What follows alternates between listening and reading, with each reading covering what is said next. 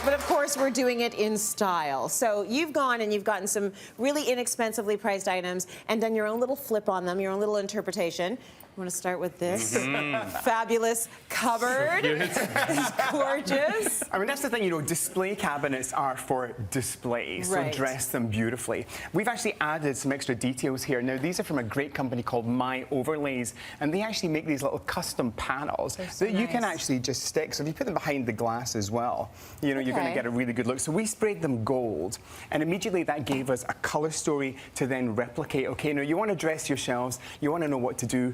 This is what you do, okay? Beautiful. Tell a color story. The gold comes from there, so we pick it up in the accessories and repeat it. That gives us uniformity.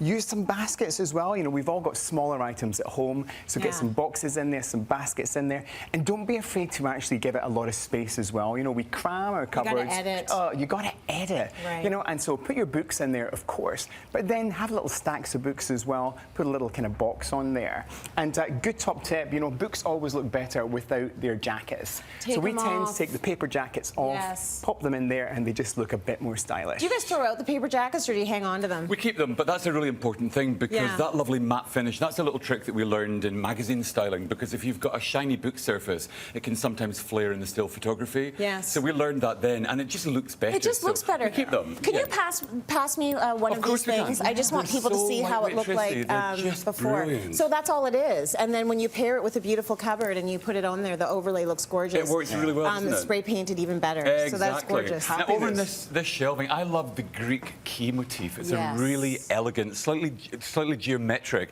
Now, these come white. We decided to leave them white. In this case, we did gold, but you could choose a colour that's sympathetic to the rest of the scheme that you've got and then play around with contrast and colour balance. But these go on really simply with a heat glue gun, okay? Or those little glue dots. And the good thing about those is they can pull off quite easily. If you should tire of them or want to switch up your mood, then you can detach them fairly easily. Now, with those on there, it takes this really basic shelving system and gives a real bit of panache. And then after that, it's all about the tricks that Colin mentioned. It's all about order. And things look good when you take a pile of books and position a little bowl on top or put them in little clusters of 3. That just looks good.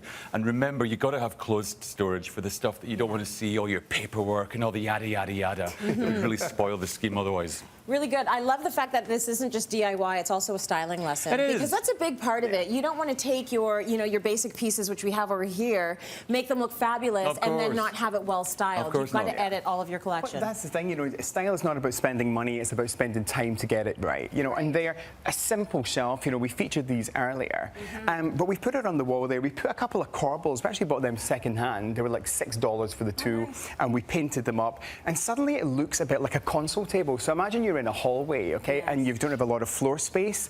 This would be great there as a floating table, and then dress it up. This is a plaster medallion, a ceiling medallion from Home Depot.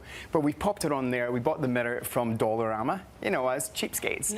Frugal good value skates, never like cheap. That. But it looks great, you know, a wonderful striped wallpaper from Graham & Brown just completes the look. I think the important thing to think about here is the fact that, as well as being a lesson in how to make it look pretty, it's all about creating a really good focal point. And so many homes today are built without a focal point or any lovely inherent architectural features. So if you don't have a fireplace, it's really simple to create a lovely vignette like that. And again, after that, it's all about balance. You'll notice we've mixed gold and silver and nickel. You can mix your metal. There's a liberation in mixing metals. So don't be scared. That's so dramatic. Don't be scared. We're free. We're free. Yeah.